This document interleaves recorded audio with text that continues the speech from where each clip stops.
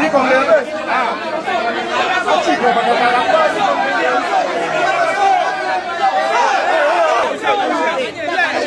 Sebab dia datang Kongres Pakatan Harapan. Ini Kongres Angkatan Muda Keadilan. Macam mana boleh masuk? Rakyat bro. Ni macam orang tu beli. Tak boleh masuk. Orang kenapa boleh masuk? Ni tak boleh masuk. Orang kali.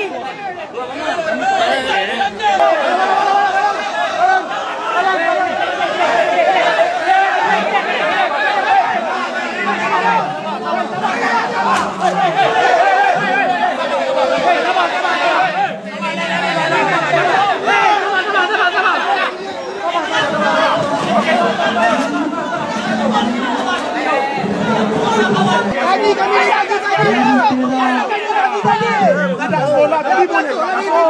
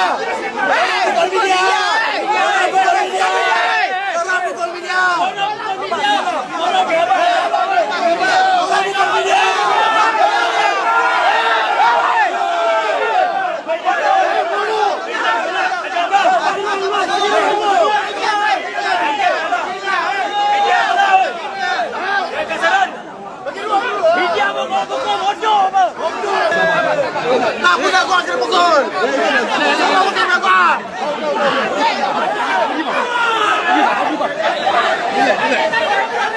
Hebat.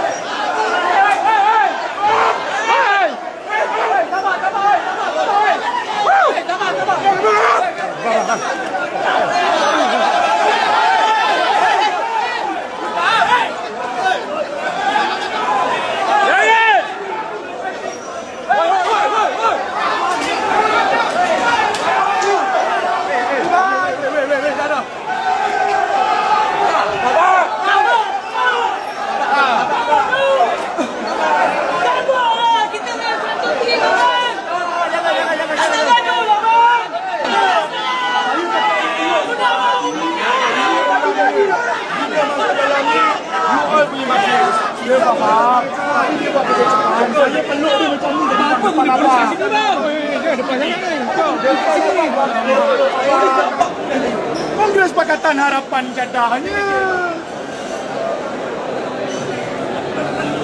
Saya dah kenal. Semua dah tenang. Tapi masalah tenang dah tadi. Tapi lama sangat kita pun keluar lah. Tapi kita tengok orang pula keluar. 10 kali ya? Itu bukan ahli. Sekarang ni yang tak sekarang ni bukan ahli. Kau tak boleh masuk. Kau kena make sure 20 kita okey. Kalau pack mana ada bukan ahli masuk. Yang bukan ahli. Okey, kita tak kasih. Ini bukan tempat. Tapi jangan orang provoke dulu. Tak, kita faham. Kita boleh kawal.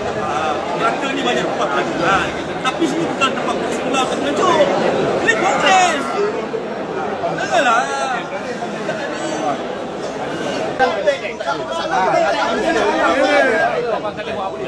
sebab kita okey, logik, Pak, okey nanti peringkat nasional, Kongres Nasional pun kita sediakan tag untuk pemerhati dengan perwakilan. Saya memang perwakilan. Kalau pemerhati kita ada 2,000. Lebih daripada 2,000 kita tak benarkan. Okey, kita cerita perwakilan. Kita cerita perwakilan. Kita jangan cerita pemerhati, kita cerita perwakilan. Okey. Perwakilan tadi datang berapa? Dia daftar sampai berapa? Abang nak tahu apa masalah dia sekarang? Dia kata tag habis. Dia kata tag habis. Okey, abang nak pusing apa dulu? Abang fikir ayat abang nak pusing dulu. Aku